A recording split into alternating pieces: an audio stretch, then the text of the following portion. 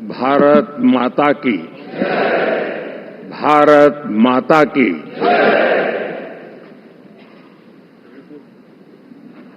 मैं सबसे पहले तो इस सभागृह में उपस्थित एनडीए घटक दलों के सभी नेतागण, नवनिर्वाचित सभी सांसदगण और हमारे राज्यसभा के भी सांसदगण, आप सबका हृदय से बहुत बहुत आभार व्यक्त करता हूं।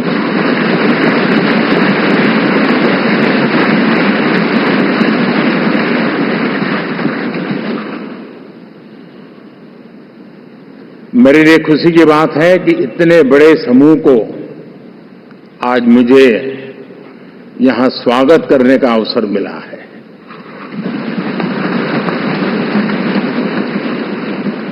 जो साथी विजयी होकर के आए हैं वे सभी अभिनंदन के अधिकारी हैं, लेकिन जिन लाखों कार्यकर्ताओं ने दिन रात परिश्रम किया है, न उन्होंने दिन देखा न रात देखी, और इतनी भयंकर गर्मी में हर दल के कार्यकर्ता ने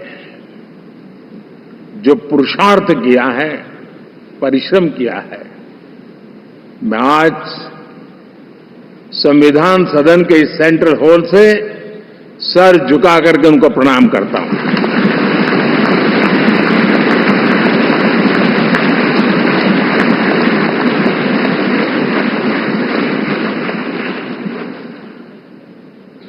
साथियों, मेरा बहुत सौभाग्य है कि एनडीए के नेता के रूप में आप सब साथियों ने सर्वसम्मति से चुन करके मुझे एक नया दायित्व दिया है, और इसके लिए मैं आपका बहुत बहुत आभारी हूं।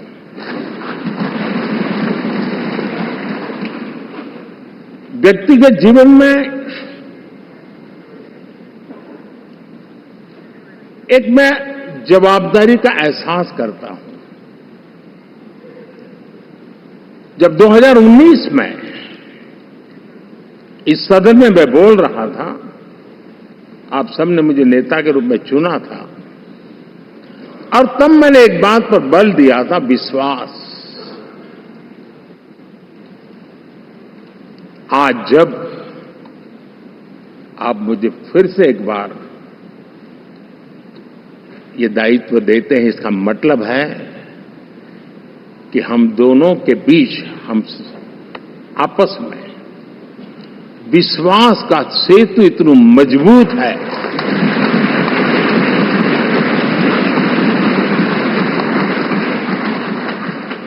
ये अटूट रिश्ता विश्वास की मजबूत धरातल पर है, और ये सबसे बड़ी पूंजी होता है। और इसलिए ये पल मेरे लिए भावुक करने वाले भी हैं, और आप सबके प्रति जितना धन्यवाद करूं उतना कम है।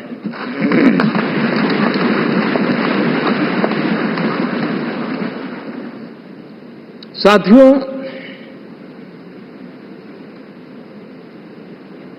बहुत कम लोग इन बातों की चर्चा करते हैं, शायद उनको सूट नहीं करता होगा,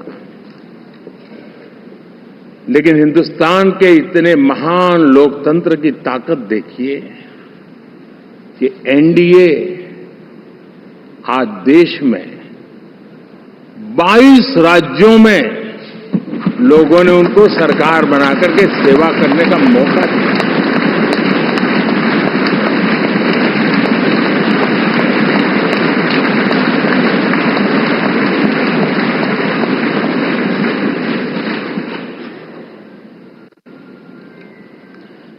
हमारा ये अलायंस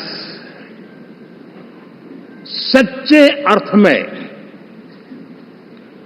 भारत की असली जो स्पिरिट है,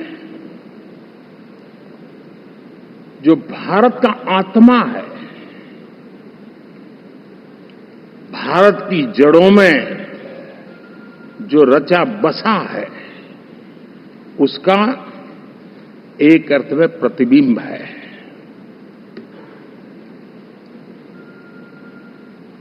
और मैं इसलिए कह रहा हूं कि थोड़ी नजर करें, हमारे देश में 10 ऐसे राज्य जहां हमारे आदिवासी बंधुओं की संख्या प्रभावी रूप से है, निर्णायक रूप से है, जहां इस आबादी आदिवासियों की ज्यादा है, ऐसे 10 राज्यों में से 7 राज्यों में एनडीए सेवा कर रहा है।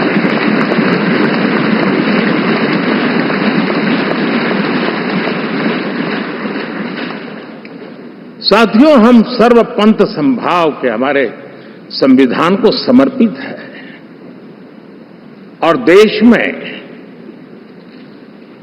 चाहे हमारा गोवा हो या हमारा नॉर्थ ईस्ट हो, जहां बहुत बड़ी मात्रा में हमारे ईसाई भाई बहन रहते हैं, आज हम उन राज्यों में भी एनडीए के रूप में सेवा का अवसर हमें मिला।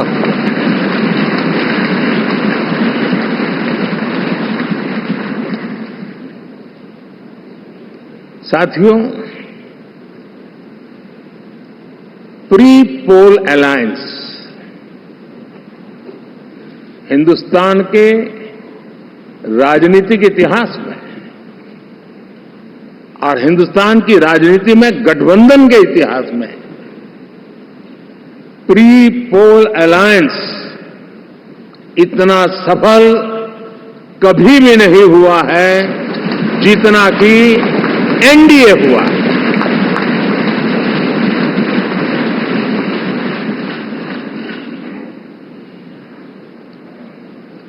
और ये गठबंधन का विजय, हमने बहुमत हासिल किया है और मैं कई बार कह चुका हूं, शब्द अलग होंगे लेकिन मेरे भाव उसमें एक सातत्य है। सरकार चलाने के लिए बहुमत आवश्यक है, लोकतंत्र का वही एक सिद्धांत है, लेकिन देश चलाने के लिए सर्वमत बहुत जरूरी होता है।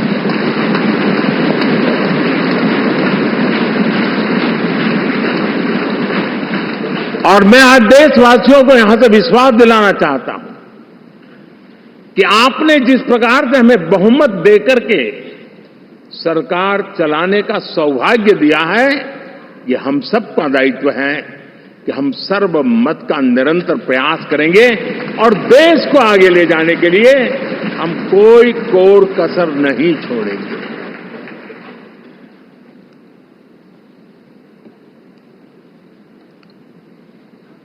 साथियों, एनडीए को करीब करीब 3 दशक हो चुके हैं।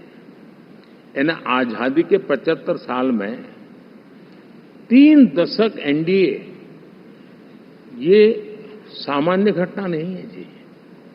विविधता से भरे हुए अपनी लोकतांत्रिक और सामाजिक रचना के बीच में ये 3 दशक की यात्रा एक बहुत बड़ी मजबूती का संदेश देती है। और मैं आज बड़े गर्व के साथ कहता हूं कि किसी एक समय वो था कि संगठन के कार्यकर्ता के रूप में इस अलायंस का हिस्सा था, व्यवस्थाओं से जुड़ा रहता था और आज सदन में बैठ करके आपके साथ काम करते करते मेरा भी नाता इससे 30 साल का रहा है और मैं कह सकता हूं, हकीकतों के तथ्यों के आधार पर कह सकता हूं, ये सबसे सफल अलायंस है।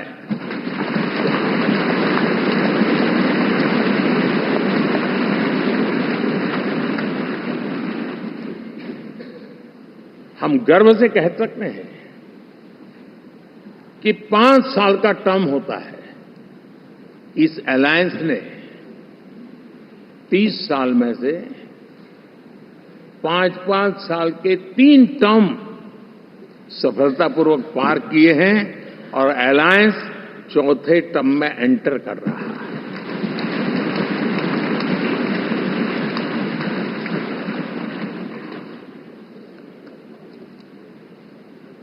साथियों,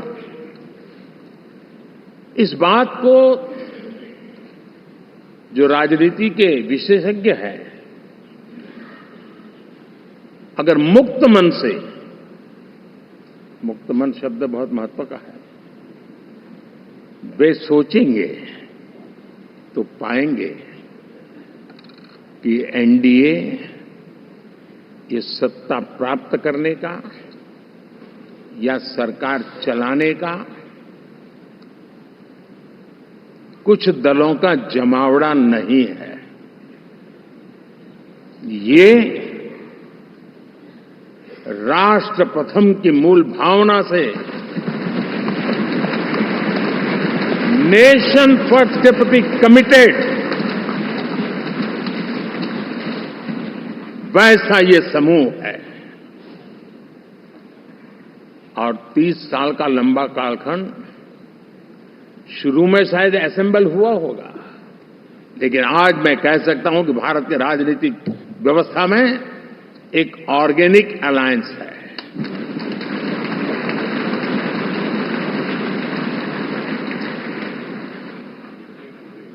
और ये मूल्य श्रद्धेय अटल बिहारी वाजपेयी, श्री प्रकाश सिंह जी बादल, श्री बाला साहब ठाकरे, श्री जॉर्ज फर्नांडिस, श्री शरद यादव, अनगिनत नाम में कह सकता हूं, इन लोगों ने जिस बीज को बोया था, वो आज भारत की जनता ने विश्वास का सिंचन कर करके उस बीज को वटवृक्ष बना दिया है।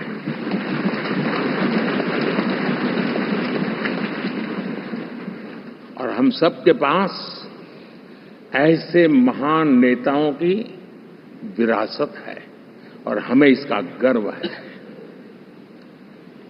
बीते 10 वर्षों में हमने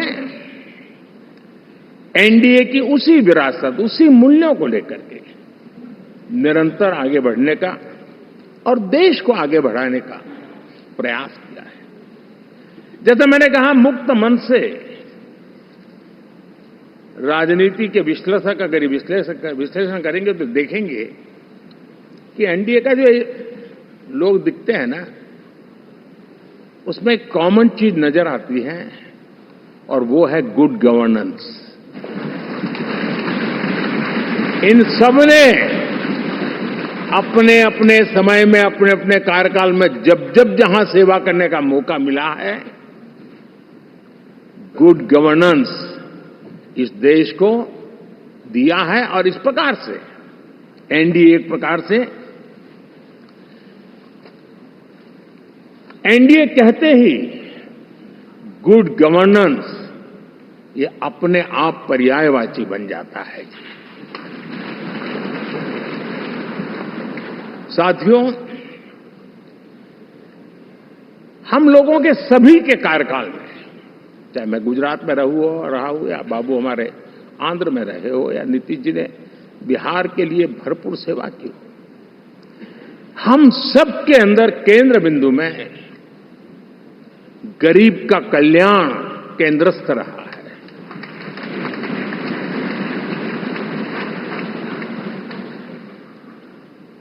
और देश ने एनडीए के गरीब कल्याण के, गुड गवर्नेंस के 10 साल को देखा है, इतना नहीं मैं कह सकता हूं देश ने इसे जिया है।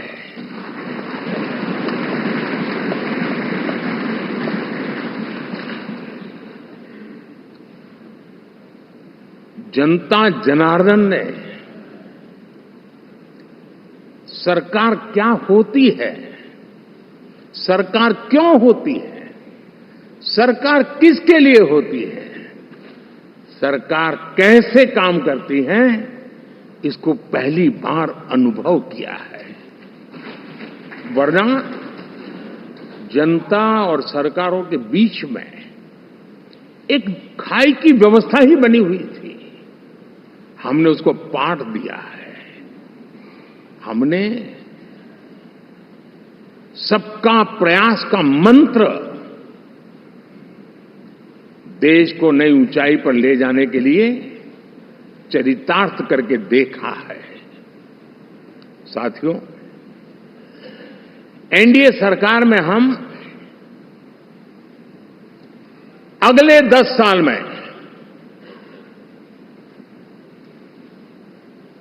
मैं बहुत जिम्मेवारी के साथ कह रहा हूं, अगले 10 साल में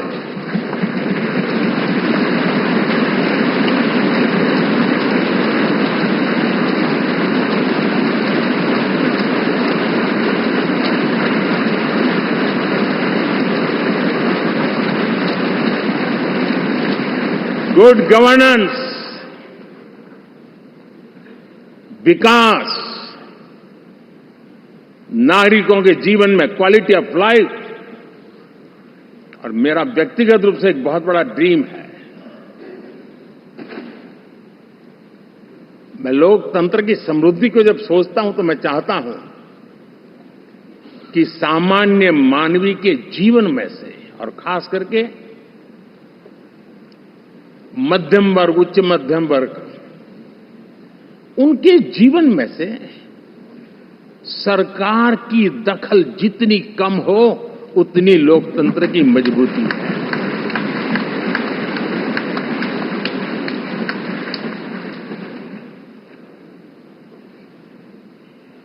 और आज के टेक्नोलॉजी के युग में बहुत आसानी से हम, वरना एक दिन में 10 काम हो तो 10 अलग अलग वो सारी चीजें मांगेंगे। हम बदलाव चाहते हैं। गुड गवर्नेंस का ये भी एक महत्वपूर्ण पहलू है। लेकिन हम विकास का नया अध्याय लिखेंगे, गुड गवर्नेंस का नया अध्याय लिखेंगे, जनता जनार्दन की भागीदारी का नया अध्याय लिखेंगे, और सब मिलकर के विकसित भारत के सपने को साकार करके रहेंगे।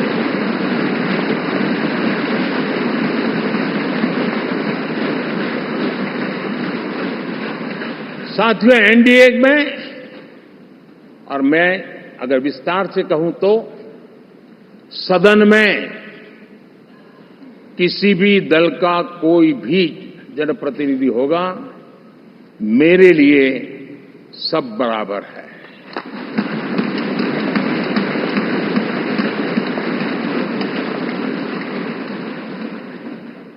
जब मैं सबका प्रयास की बात करता हूं तो मैं सदन में भी, चाहे वो लोकसभा हो या राज्यसभा हो, हमारे लिए सब बराबर है।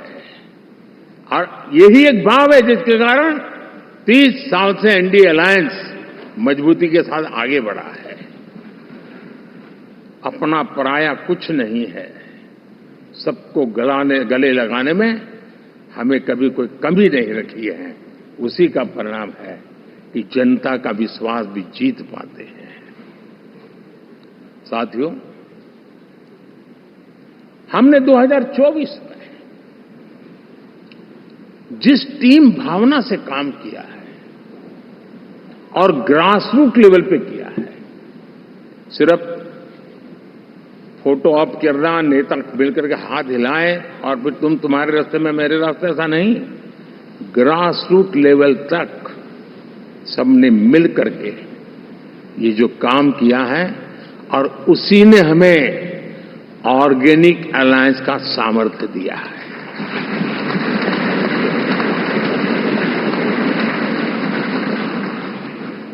एक दूसरे का सहयोग किया है। हर किसी ने यही सोचा, जहां कम वहां हम। अगर कोई कमी है तो मैं आऊंगा, मैं मेहनत करूंगा, लेकिन तुम्हें कमी नहीं रहने दूंगा। जहां कम वहां हम, ये हर कार्यकर्ता ने जी करके दिखाया है, और तभी तो जीत आती है। साथियों, कभी कभी मैं कह सकता हूं कि हमारा 10 साल का अनुभव है, भारत के हर क्षेत्र का और भारत के हर नागरिक का जो एस्पिरेशंस हैं, रीजनल एस्पिरेशंस हैं, वे और नेशनल एस्पिरेशंस, इसका एक अटूट नाता होना चाहिए। इसके बीच में हवा तक गुजर न सके, इतना जुड़ाव होना चाहिए, तब देश आगे बढ़े।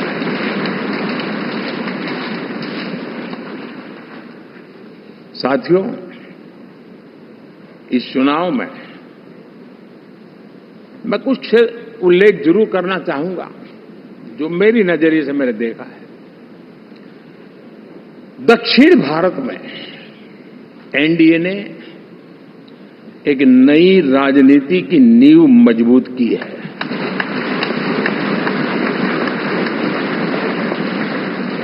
अब देखिए, कर्नाटका एंड तेलंगाना, अभी अभी तो इनकी सरकारें बनी थी, लेकिन पल भर में ही लोगों का विश्वास टूट गया, भ्रम से लोग बाहर आ गए और एनडीए को गले लगा दिया। कर्नाटक और तेलंगाना में दोनों जगह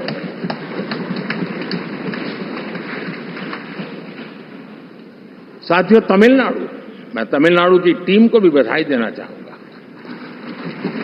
और वहां हमारा एनडीए समूह बहुत बड़ा भी है, और कईयों को पता था कि हम एक साथ एक सीट नहीं लड़ा पाएंगे, लेकिन इस लड़ाई में हम साथ रहेंगे। और मैंने बहुत से एनडीए के साथी तमिलनाडु में ऐसे हैं कि जिनका कोई उम्मीदवार नहीं था, लेकिन इस झंडे को ऊंचा रखने के लिए वो जी जान से जुटे थे। और इसलिए आज तमिलनाडु में भले हम सीट नहीं जीत पाए, लेकिन जिस तेजी से एनडीए का वोट शेयर बढ़ा है, वो साफ साफ संदेश दे रहा है कल में क्या लिखा हुआ है।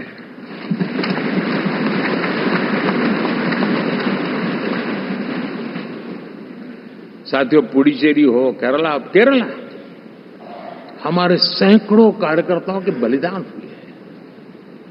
यूडीएफ हो या एलडीएफ हो, शायद हिंदुस्तान के राजनीतिक जीवन में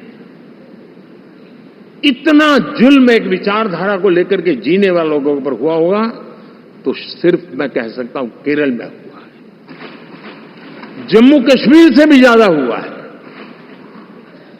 उसके बावजूद भी सामने कहीं विजय नजर नहीं आता था। उन्होंने परिश्रम की पराकाष्ठा में कभी पीछे नहीं रहे, पीढ़ियां खपा दी, और आज पहली बार संसद में केरल से हमारा प्रतिनिधि बन के आया।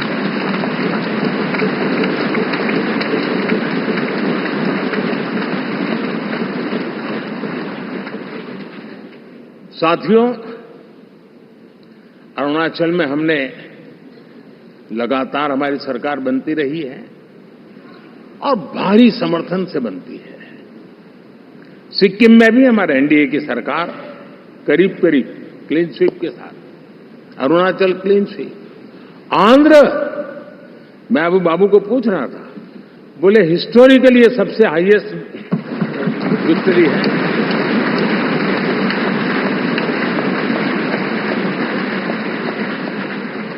और ये जो यहां दिखता है ना पवन, ये पवन नहीं, आंधी है।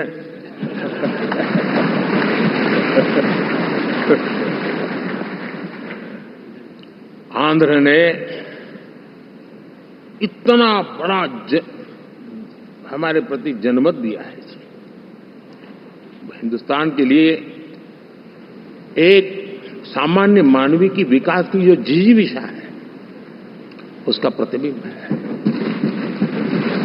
और महाप्रभु जगन्नाथ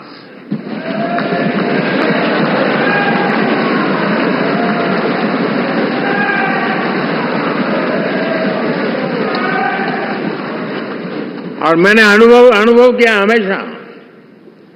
मैं हमेशा मानता हूं ईश्वर के अनेक रूप होते हैं, लेकिन जब मैं भगवान महाप्रभु जगन्नाथ जी को याद करता हूं तो मैं हमेशा मानता हूं ये गरीबों के देवता है।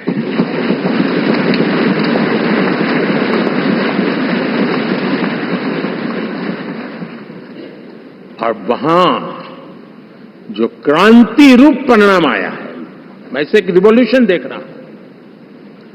और मैं इसके साथ कह सकता हूं कि विकसित भारत का हमारा जो सपना है, आने वाले 25 वर्ष, पहले मैंने 10 साल कहा था, यहां मैं 25 साल कह रहा हूं, आने वाले 25 साल महाप्रभु जगन्नाथ जी की कृपा से उड़ीसा देश की विकास यात्रा के ग्रोथ इंजन पैकी एक होगा।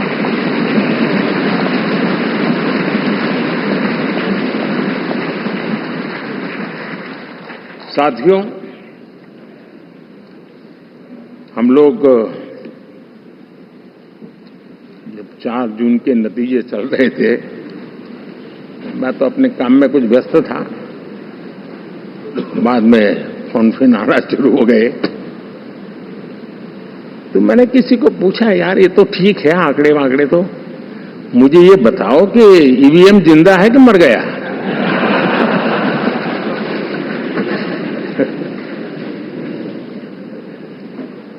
क्योंकि ये लोग तय करके बैठे थे कि भारत के लोकतंत्र और लोकतंत्र की प्रक्रिया के प्रति विश्वास ही लोगों का उठ जाए, और लगातार ईवीएम को गाली देना।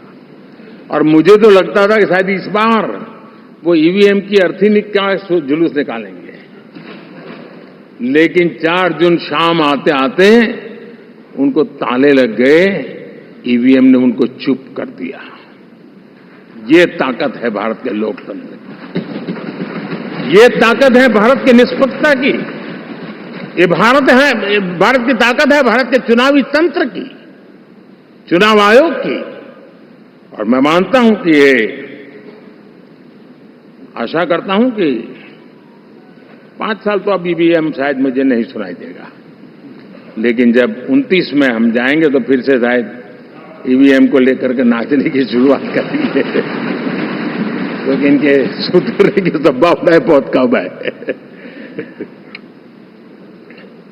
आप देखिए, चुनाव के समय मैंने पहली बार देखा, शायद हर तीसरे दिन इलेक्शन कमीशन के काम में रुकावट आए, इसके लिए सुप्रीम कोर्ट के दरवाजे खटखटाए गए, भांति भांति की एप्लीकेशन, और एक ही टोली थी।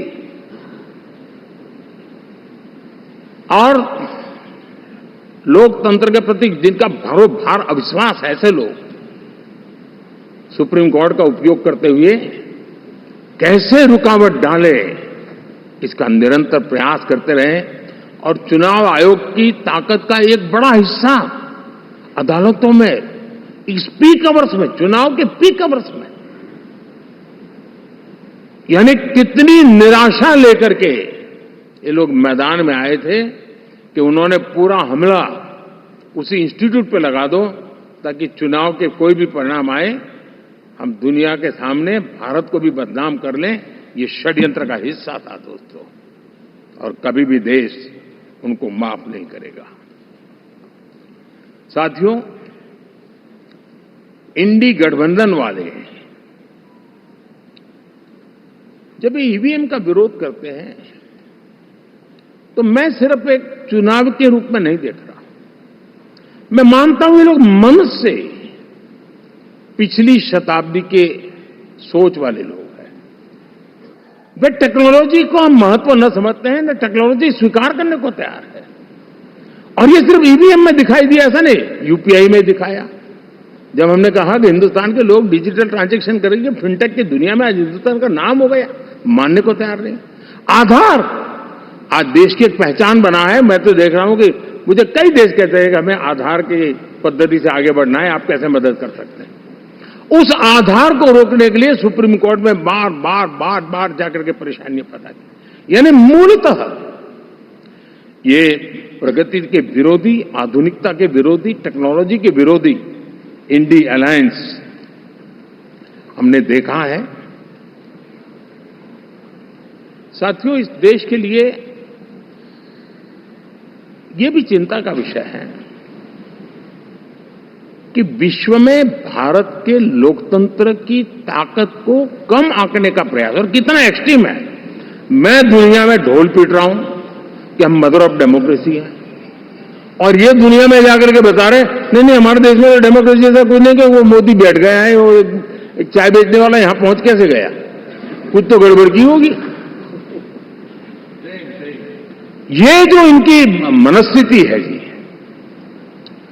भारत के नागरिकों को चुनाव प्रक्रिया के प्रति अविश्वास पैदा करने का जो उनका षड्यंत्र है, मैं मानता हूं कि अब दुनिया भी भारत के लोकतंत्र की विविधता, विशालता, व्यापकता, गहनता, इन सबको भी जानने समझने के लिए आकर्षित होगी।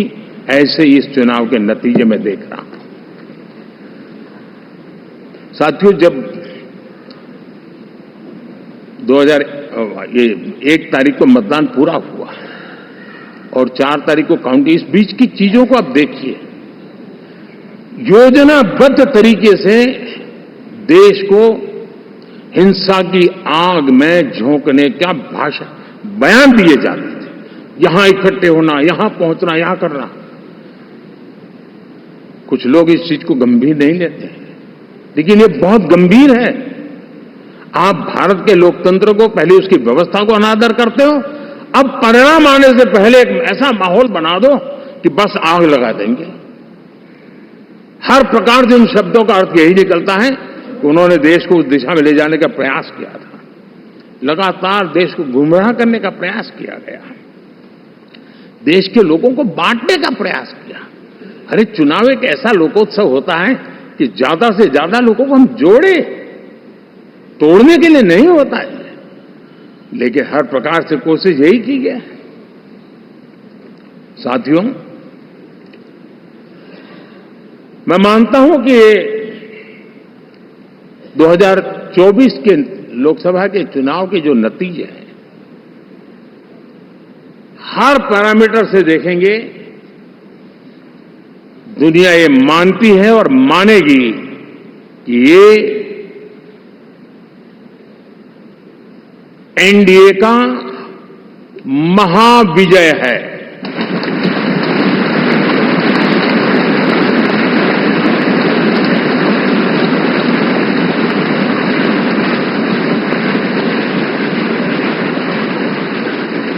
और आपने देखा 2 दिन कैसा चला, जैसे हम तो हार चुके हैं, गए। सब चारों तरफ यही दिखता था, क्योंकि उनको अपने कार्यकर्ताओं का मोरल हाई करने के लिए ऐसे काल्पनिक परेड ये करने पड़ रहे हैं। और साथियों, गठबंधन के इतिहास में अगर आंकड़ों के हिसाब से देखें तो ये सबसे मजबूत गठबंधन की सरकार है।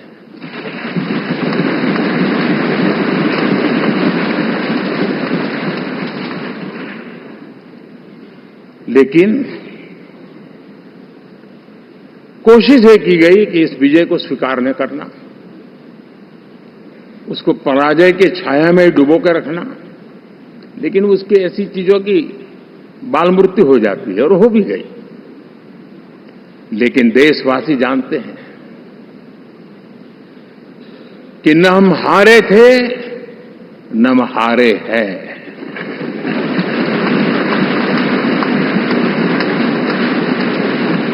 लेकिन 4 तारीख के बाद हमारा जो व्यवहार रहा है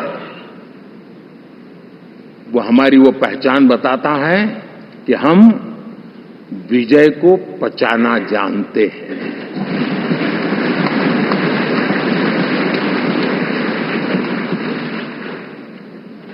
हमारे संस्कार ऐसे हैं कि विजय की गोद में उन्माद पैदा नहीं होता है और न ही पराजित लोगों के प्रति उपहास करने के हमारे संस्कार हैं।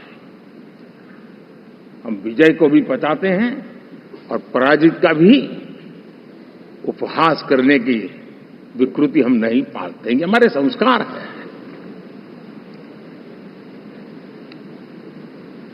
अब किसी भी बालक को पूछो कि भाई लोकसभा के चुनाव के पहले सरकार किसकी थी, तो कहेगा एनडीए। 24 के नतीजों के बाद सरकार किसकी बनी, एनडीए। फिर हारे कहां से भाई? पहले भी एनडीए थी, आज भी एनडीए और कल भी एनडीए है।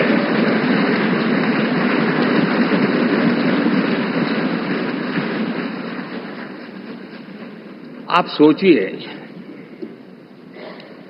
10 साल बाद भी कांग्रेस 100 के आंकड़े को नहीं छू पाई।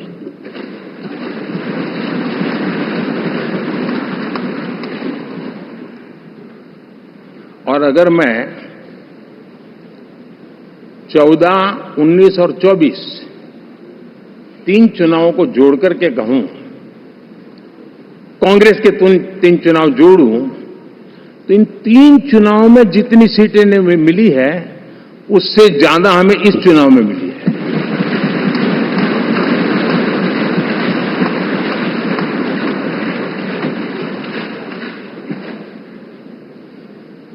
और मैं साफ देख रहा हूं साथियों, एनडीए वालों को अंदाज नहीं है।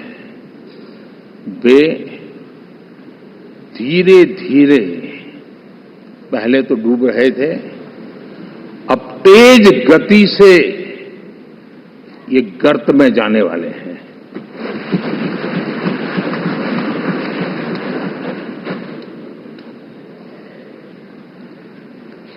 साथियों, इंडिया अलायंस वाले देश के सामान्य नागरिकों की जो समझ है, आज भी वो उसके सामर्थ्य को समझ नहीं पाए हैं या समझना चाहते नहीं है। भारत के सामान्य व्यक्ति की भी एक समझ है और जो जमीन से जुड़ा रहता है ना, वो समझ को छूता है, समझता है, पहचानता है, वो वहां नहीं है। साथियों, इन लोगों का जो व्यवहार रहा है 4 तारीख के बाद, मैं आशा करता था कि वे लोकतंत्र का सम्मान करेंगे, लेकिन उनके व्यवहार से लगता है कि शायद उनमें ये संस्कार आए, इसके लिए हमें और इंतजार करना पड़ेगा। और तो मैं ज्यादा कुछ कह नहीं सकता। और ये वो लोग हैं जो खुद की पार्टी के पीएम का अपमान करते हैं, उसके निर्णयों को फाड़ देते थे। खुद की पार्टी को विदेशी मेहमान आ जाए तो उसके लिए चेयर नहीं होती थी। ये सारे दृश्य आपने देखे हैं। ठीक, और मैं समझता हूं कि इन सारी स्थितियों में से हम लोकतंत्र की मजबूती और जनता जनार्दन के प्रति आस्था, इसको हम, साथियों, लोकतंत्र हमें सबका सम्मान करना सिखाती है। विपक्ष में भी जो सांसद जीत करके आए हैं, मैं उनको भी बधाई देता हूं।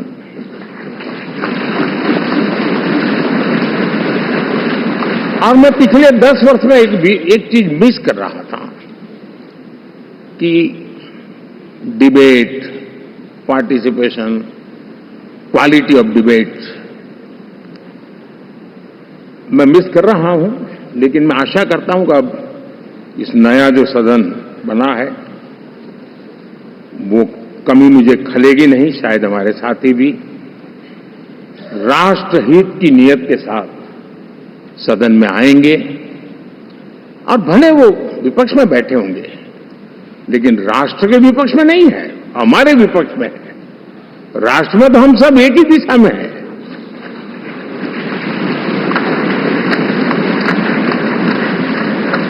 राष्ट्र में हमारा कोई पक्ष विपक्ष नहीं है, राष्ट्र में तो हम 140 करोड़ है। और मैं आशा करता हूं कि वो राष्ट्र हित की भावना को लेकर के सदन में आएंगे और सदन को समृद्धि देने में वे कुछ न कुछ योगदान करेंगे। साथियों, 24 का जनादेश एक बात को बार बार मजबूती दे रहा है, बार बार मजबूती दे रहा है कि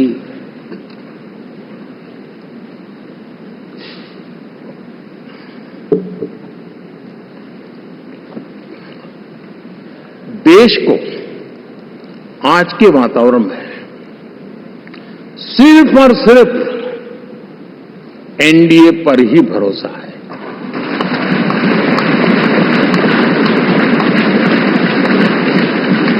और जब इतना अटूट विश्वास है, इतना भरोसा है, तो स्वाभाविक है देश की अपेक्षाएं भी बढ़ेगी। और मैं इसे अच्छा मानता हूं और हम सबका कर्तव्य भी मानता हूं। और इन अपेक्षाओं को पूर्ण करने के लिए, और मैंने पहले भी कहा था कि जो 10 वर्ष हमने काम किया है वो तो ट्रेलर है।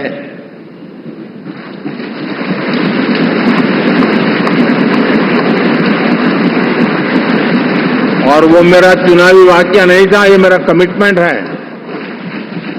हमें और तेजी से, और विस्तार से, और तेज गति से देश के आकांक्षाओं को पूर्ण करने में रत्ती भर भी विलंब नहीं करना है।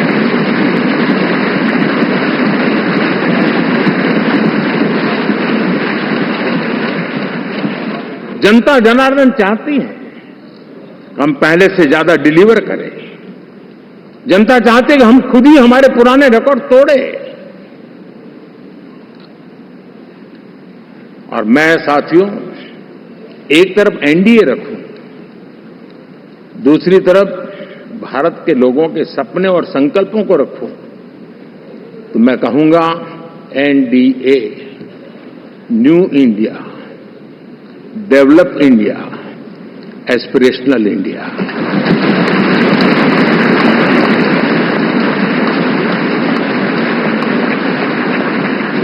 और इसी सपने और संकल्पों को पूरा करना, ये हम सबका संकल्प भी है, कमिटमेंट भी है, और हमारे पास रोड मैप भी है।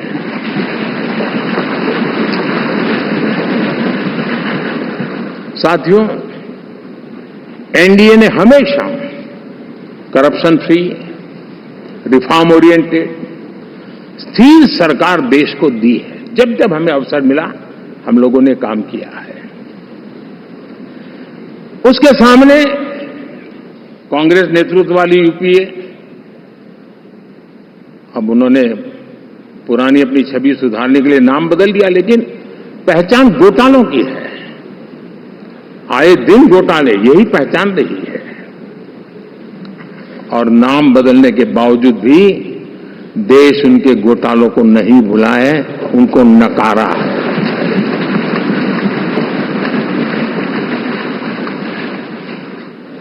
और मैं कह सकता हूं साथियों, इंडी अलायंस वालों ने एक व्यक्ति का अपोज करने के वन पॉइंट एजेंडा के कारण देश की जनता ने उनको ही ऑपोजिशन में बिठा दिया है।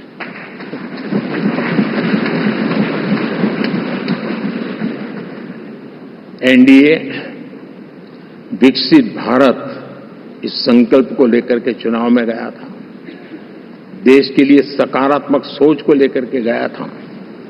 देश की युवा शक्ति के सामर्थ्य को समझ करके नए अवसरों को लेकर के देश को आगे बढ़ने की बात लेकर के गया था, जबकि हमारे सामने जो लोग थे वो भ्रम फैलाना, झूठ फैलाना, यही गुमराह करने वाले काम यही करते रहे थे। अब एनडीए और उनका देखें, इवन नामांकन में जाएंगे तो भी आपको देखेगा उनका चुनाव प्रचार, उनका नामांकन, हम लोगों का एक एक दृश्य देख लीजिए और उनका एक एक दृश्य देखिए, कितना बड़ा अंतर है। हर चीज में उनका कैरेक्टर दिखाई देता है।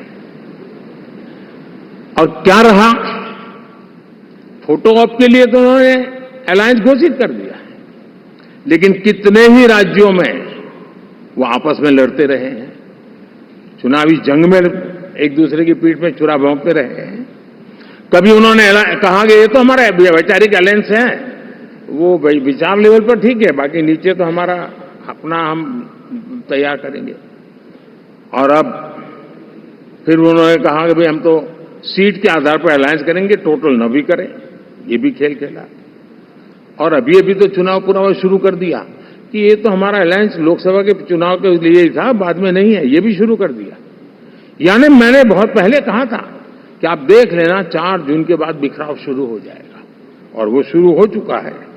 इसका मतलब ये हुआ कि वो सिर्फ और सिर्फ सत्ता सुख के लिए एक दूसरे का साथ देने की कोशिश करते थे, लेकिन उनमें उनका अगर स्वार्थ निश्चित होता तो साथ देना, वरना नहीं देना, एक कैरेक्टर था। साथियों, ये लोग कितने ही बड़े झूठे बोलते रहे हैं। और आप देखिए, चुनाव के समय उन्होंने देश के सामान्य नागरिक को गुमराह करने के लिए जो पर्चियां बांटी कि ये देंगे और वो देंगे और टिकना देंगे, फलाना देंगे, 2 दिन से मैं देख रहा हूं कि कांग्रेस के दफ्तरों पर लोग कतार लगा के खड़े हैं कि ये पर्ची है, 1 लाख रुपया कहां है, लाओ भाई, मांग रहे हैं लोग।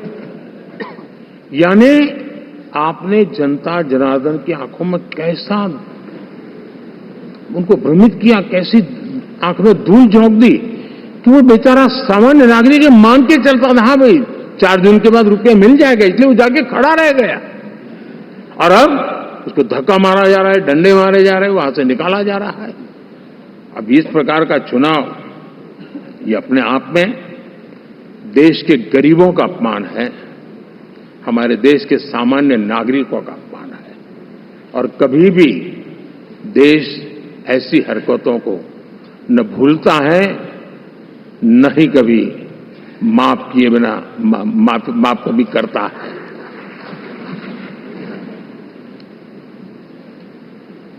साथियों, हमारे लिए संतोष की बात है कि हम एक कमिटमेंट से काम कर रहे हैं। 10 साल में हमने 25 करोड़ गरीबों को गरीबी से बाहर निकाला है।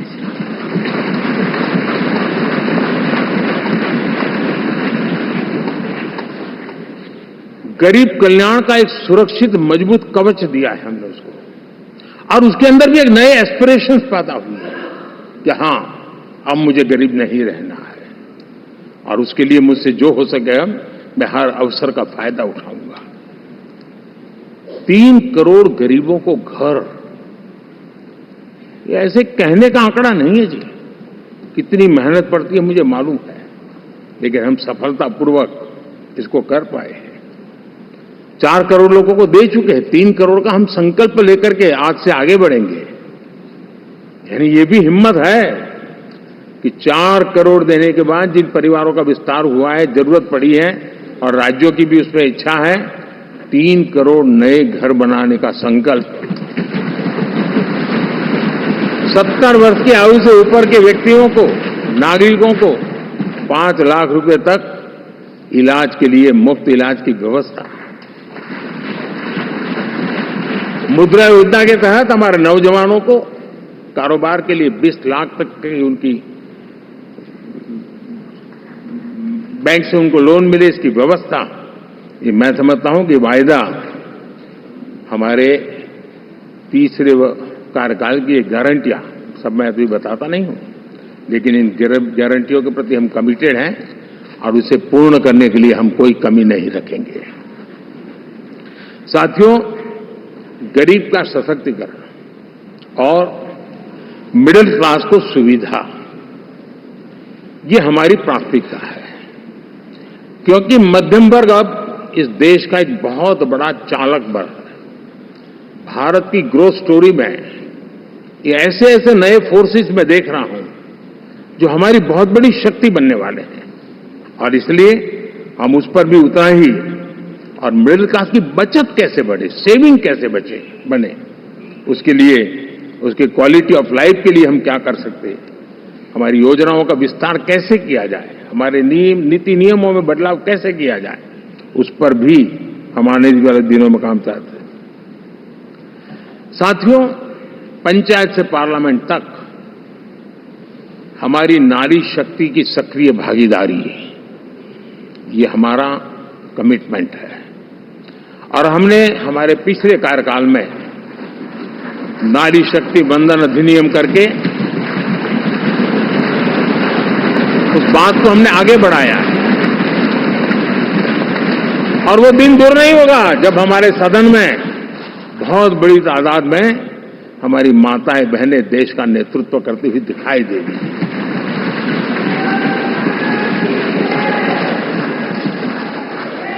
इस पूरे चुनाव में हम सबसे ज्यादा महिला उम्मीदवारों को टिकट देने वाली पार्टी रहे हैं, ये हमारा कमिटमेंट है।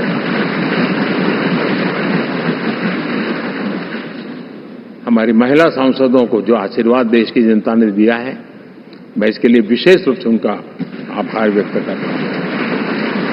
और साथियों, आपने देखा होगा G20 समिट में दुनिया के सामने एक विषय लेकर के हम बड़े आग्रह से गए हैं, और वो है empowerment of women, development of women. इन सारी बातों को तो हम परिचित हैं। हमने एक नया शिफ्ट किया है, और हम G20 समिट से भी इसको आगे बढ़ा रहे हैं, विमेन लेड डेवलपमेंट।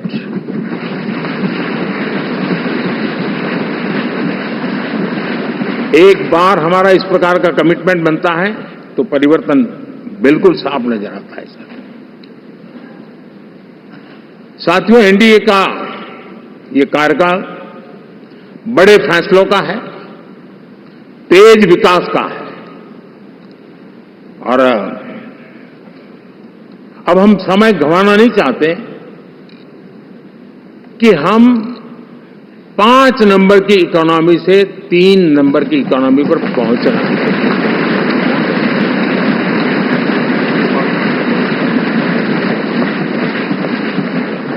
और ये खाली 5 और 3 का आंकड़ा नहीं है, उसके कारण जो अर्थव्यवस्था का कद बन जाता है, वो सामान्य मानवीय की आशा आकांक्षाओं को पूरी करने के लिए सरलता बढ़ जाती है। देश के लिए जो जरूरतें हैं वो आराम से पूरी करने का सामर्थ्य बन जाता है, और इसलिए हम उस दिशा में बड़ी कोशिश करके आगे बढ़ना चाहते हैं। राज्यों का सहयोग भी उसमें उतना ही महत्वपूर्ण है, और भारत के संविधान ने हमें जिस प्रकार का दिशा निर्देश किया है कोऑपरेटिव फेडरलिज्म का, लेकिन मैंने उसमें आग्रह रखा है कॉम्पिटिटिव कोऑपरेटिव फेडरलिज्म। हमारे राज्यों के बीच में भी तंदुरुस्त स्पर्धा हो, राज्य और केंद्र के बीच में भी तंदुरुस्त स्पर्धा हो, हम अच्छा करने की स्पर्धा करें, और उस दिशा में हम आगे बढ़ना चाहते हैं। और हमने देखा है जब मैं कॉम्पिटिटिव कोऑपरेटिव फेडरलिज्म की बात करता हूं, आपने देखा G20 समिट हम एक जगह पे कर सकते थे, हम भी मालाएं पहन करके फोटो निकलवा सकते थे, लेकिन हिंदुस्तान के अनेक शहरों में 200 से ज्यादा मीटिंगें हुई, और दुनिया भर के नीति निर्धारक जो कहे G20 देशों के और बाकी भी 5-7 देशों के, वो हिंदुस्तान के कोने कोने में गए, उनके देशों में जाकर के भारत की विविधता, भारत की विशालता, इसकी चर्चा कर रहे हैं। उनके लिए आश्चर्य है, हमने तो दिल्ली आकर के वापिस जाते थे, पता ही नहीं था कि देश इतना बड़ा है। ये अपनी एक ताकत का परिचय हुआ है। हमने कोविड में देखा, राज्यों के साथ कोऑपरेशन के साथ हमने जिस प्रकार से लड़ाई लड़ी, और एक सूत्र में रह करके लड़ाई, दल किसी का भी हो सरकार में, लेकिन हमने इस काम को किया क्योंकि हमारा कोऑपरेटिव फेडरलिज्म के प्रति कमिटमेंट है। एस्पिरेशनल डिस्ट्रिक्ट एक ऐसा मॉडल है गवर्नेंस का जिसमें राज्य भी उतना ही सक्रियता से हमारे साथ जुड़े हुए हैं। और दुनिया के लिए जो डेवलपिंग कंट्रीज हैं, उनके लिए गवर्नेंस का एक ऐसा मॉडल प्रस्तुत हो रहा है जिसका अब तो केस स्टडी के रूप में दुनिया के अनेक यूनिवर्सिटी केस स्टडी करना शुरू की है।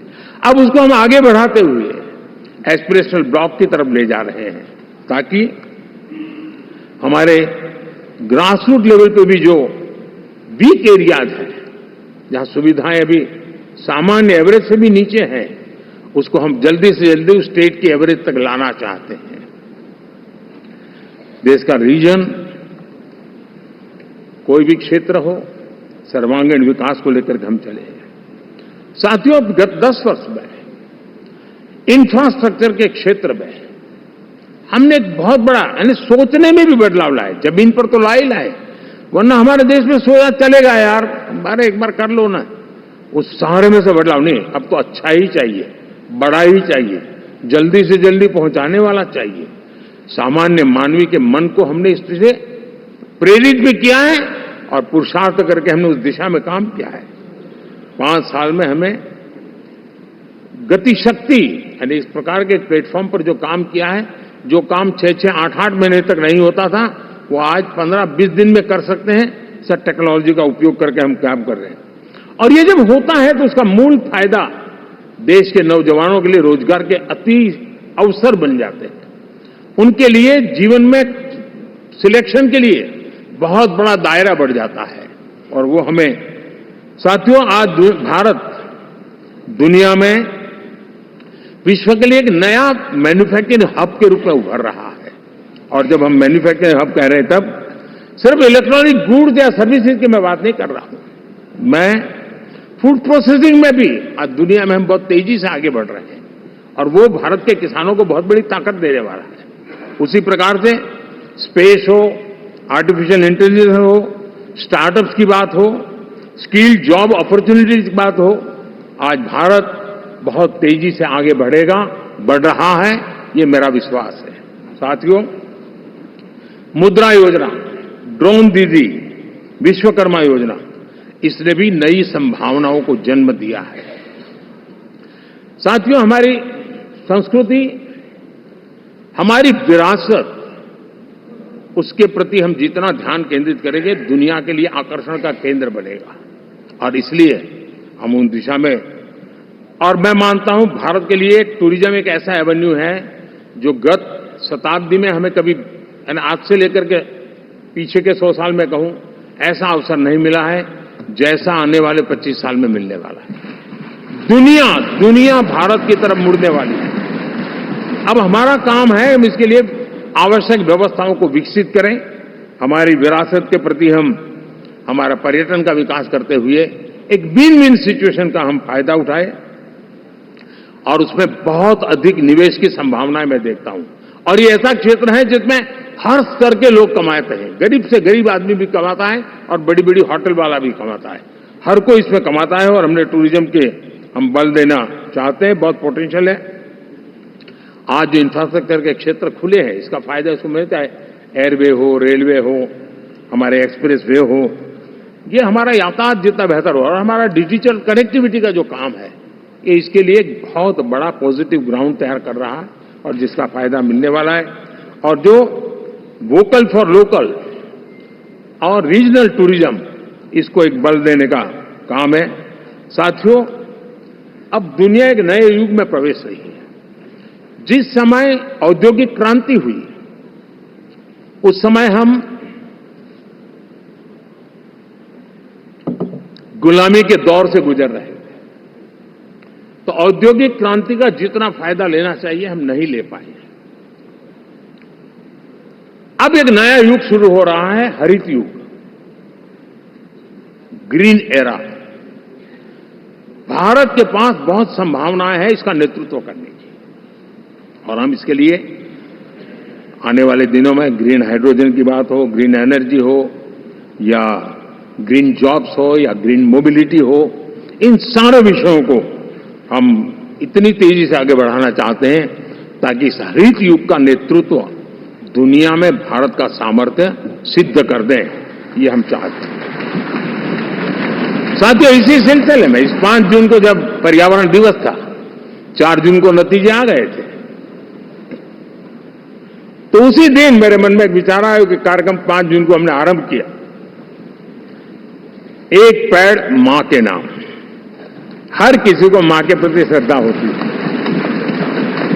और मैं भी देशवासियों को कहूंगा कि आने वाले समय में कभी आपकी माताजी का जन्मदिन हो, क्या कोई और शुभ दिन हो, अपनी मां के नाम पर एक पेड़ लगाइए, और मां जीवित हैं तो साथ लेकर जाइए, उनकी फोटो आप सोशल मीडिया में अपलोड कीजिए, और मां नहीं है तो उनकी फोटो रख करके एक पेड़ लगाइए, और वो अपनी मां का भी सम्मान होगा और धरती मां की सेवा होगी। हम इन 2 माताओं की सेवा करें। साथियों, एनडीए, अब भारत आइसोलेशन में नहीं जी सकता। वैश्विक परिवेश में भारत की भूमिका दिनों दिन बहुत बढ़ती चली जा रही है। 2014 में जब एनडीए की सरकार बनी,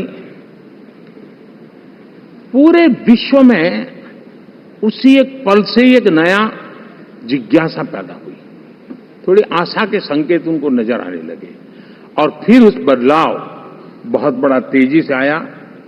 और पिछले 10 वर्ष में भारत ने जिन कामों को बढ़ लिया है, आज भारत की छवि विश्व बंधु की बन चुकी है। दोस्तों, विश्व हमें एक बंधु के रूप में स्वीकार कर रहा है, और जब दुनिया हमें विश्व बंधु के रूप में स्वीकारती है तो हमारी वैश्विक जिम्मेवारियों को भी हमने हमारे आने वाले रोड मैप में महत्व देना ही होगा।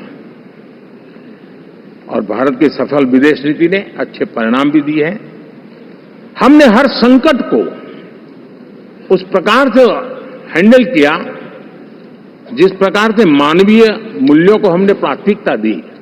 उसका परिणाम है कि सामान्य मानवी के मन में ये विश्व बंधु वाला भाव बहुत मजबूत हुआ, और भारत का सेवा भाव का जो कैरेक्टर है उसको विश्व ने पहचाना है। चाहे यूक्रेन का संकट हो, चाहे अफगानिस्तान का संकट हो, हर हमारे लोगों को बचाना हो, हमने किसी भी में हमने कोई कमी नहीं रखी है। और साथियों, ये क्षमता के कारण भारत में निवेश की संभावनाएं बहुत बढ़ने वाली है। मैं राज्यों से भी कहूंगा कि आप प्रगतिशील नीतियां बनाकर रेडी रहिए। विश्व आज आपके आंगन पे दरवाजे पर दस्तक दे रहा है, और जो राज्य ज्यादा स्पष्ट नीतियों के साथ आएगा, जो राज्य उन कंपनियां विदेश आने वाले लोगों को ठीक से हैंडल करेगा, उसको बेनिफिट मिलने ही वाला है। और भारत ने जो नीतियां बनाई है, भारत ने जो वातावरण बनाया है, उसका लाभ भारत के हर राज्य को मिलना चाहिए, और उस दिशा में हम तेजी से काम करना चाहते हैं। साथियों, हमने G20 समिट में देखा है, दुनिया का भारत के प्रति नजरिया बदला है। जो लोग इन चीजों को माइन्यूटली देखते होंगे उनको पता होगा कि G20 एक प्रकार से कई संकटों से गुजर रहा था। उतार चढ़ाव आते रहते थे, बिखराव भी नजर आ रहा था, लेकिन भारत में G20 आने के बाद नए प्राण से भर गया है, नया सामर्थ्य आ गया है। और ये भारत की ताकत है कि उसने पूरे विश्व को जोड़ने में G20 के माध्यम से बहुत बड़ा काम किया है। और उसके इन दिनों भी जो परिणाम आए, इसके बाद मेरा काफी समय विदेश के सरकारों से फोन अभिनंदन स्वीकार करने में गया, और शायद मैं 14 में 19 में भी ऐसा अनुभव नहीं था जितना इस बार फ्लो है। दुनिया के करीब करीब, अब नाम ले, उसने भारत को शुभेच्छा व्यक्त की है या बात करने की कोशिश की है। यानी ये वैश्विक जो हमारा ताकत है उसका परिचय करवा रहा है, और उसके कारण मैं मानता हूं कि विश्व में हमारा सम्मान और साथ साथ भारत में निवेश, ये दोनों संभावनाएं बढ़ रही है। साथियों, हमारे संविधान का 75वां वर्ष है। हम चाहते हैं कि संविधान हमारी संवैधानिक संस्थाओं का संरक्षण भर इसके मात्र के लिए है, ऐसा नहीं। कोई अदालत में धाराओं का उपयोग करके काम करने के लिए नहीं है। ये एक हमारी भावना है, हमारा स्पिरिट है, और हमें इस 75 साल को ऐसे मनाना है ताकि हम संविधान के स्पिरिट को जन जन तक पहुंचाएं। हर जन को संविधान की जो भावना है, कर्तव्य की भावना है, अनेक बात ऐसे इस बात है, उन सब प्रति समर्पण उसका बढ़े, उस दिशा में हम काम करना चाहते हैं। साथियों, छत्रपति शिवाजी महाराज के राज्याभिषेक के 350 वर्ष के उत्सव में देश आज रंगा हुआ है, और हमारे लिए सबसे बड़ी प्रेरणा है, क्योंकि उसमें राष्ट्र प्रथम की भावना है। छत्रपति शिवाजी महाराज को याद करते ही राष्ट्र प्रथम की भावना हमें मजबूती देती है, और इसलिए हम देश में इसी एजेंडा को आगे रखते हुए, और जब इसी समय 350 साल का पर्व आया है, तो हमें अपनी पॉलिसी और परफॉर्मेंस और सामान्य मानवीय का जीवन बेहतर करना है, उसमें जरा भी विलंब नहीं करना है। साथियों, विकास की सारी तैयारियां, रोड मैप लेकर को हम चलेंगे ही, चल रहे हैं, लेकिन साथ साथ हम नए नए सांसद आए हैं, कुछ पुराने सांसद हैं, कुछ ज्यादा अनुभवी सांसद भी हैं। आप देखते हैं कि इन दिनों, पिछले 2 दिन से आप टीवी पे देखते होंगे, एक भी सच्चाई मुझे उसमें नजर नहीं आई। कोई ये कह रहा है, कोई वो कह रहा था, सब मैंने कहा भी जरा पूछो तो ये जानकारी लाते कहां से, गपगोले चला रहे, किसी के खाते में कुछ भी डाल करके चल रहा है। तो मतलब ये थोड़े दिन, क्योंकि 10 साल से ऐसे अवसर नहीं मिले हैं, तो शायद ये उबाल जरा ज्यादा रहेगा। लेकिन आप मान के चलिए जी,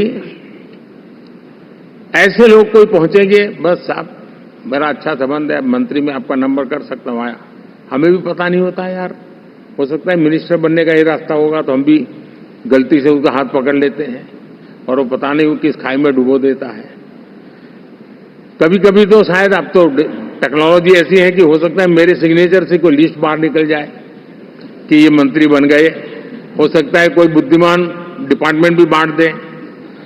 तो आजकल कई लोग सरकार बनाने में लगे हुए हैं, मंत्री पद बांट रहे हैं, पद बांट रहे हैं, व्यवस्था बांट रहे हैं। मैं आपसे आग्रहपूर्वक कहता हूं, और जो मोदी को जानते हैं, ये सारे प्रयास निरर्थक है। वे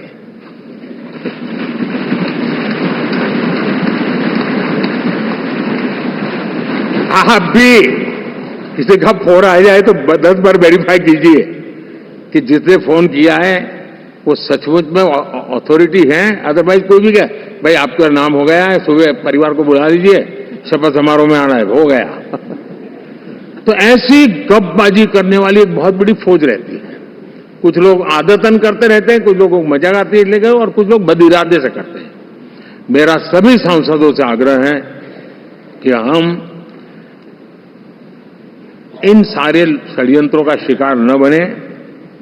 दूसरा, हमारे जो इंडिया अलायंस वालों ने इस चुनाव में फेक न्यूज में एक्सपर्टाइज कर लिया, डबल पीएचडी कर लिया उन्होंने, वो शायद इसका भरपूर उपयोग करेंगे। हम कृपा करके इन चीजों से दूर रहें, अफवाहों से दूर रहें। ये जो टीम बैठी है वो अनुभवी टीम है, मुझे भी सही सलाह देने वाली टीम है, और इसलिए टीम मिलकर के बहुत सही निर्णय करने वाली है। कृपा करके ब्रेकिंग न्यूज के आधार पर देश चलेगा नहीं, ये मान के चलिए।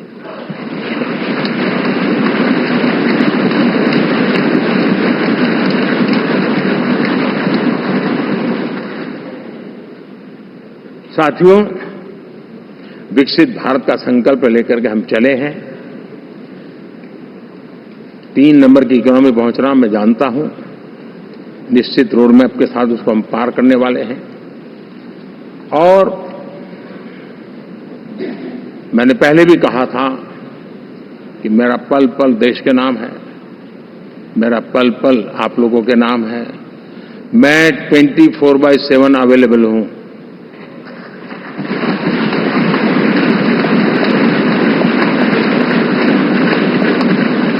हमें मिलकर के देश को आगे बढ़ाना है। फिर से एक बार आप लोगों ने मुझ पर जो विश्वास जताया है, जो प्यार दिखाया है और जो समर्थन दिया है, वाकई मैं मानता हूं भारत के लोकतंत्र की एक बहुत बड़ी ताकत है। मैं जितना आपका आभार व्यक्त करूं उतना कम, और मैं विश्वास दिलाता हूं कि मैं आपकी आशा अपेक्षाओं को पूरी करने में, परिश्रम करने में कोई कमी नहीं रखूंगा।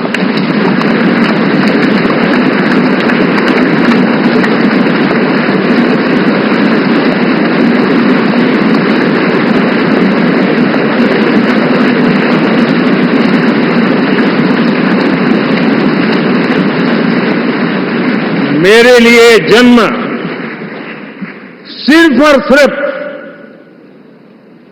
वन लाइफ वन मिशन, और वो है मेरी भारत माता। ये मिशन है 140 करोड़ देशवासियों के सपनों को पूरा करने के लिए खप जाना।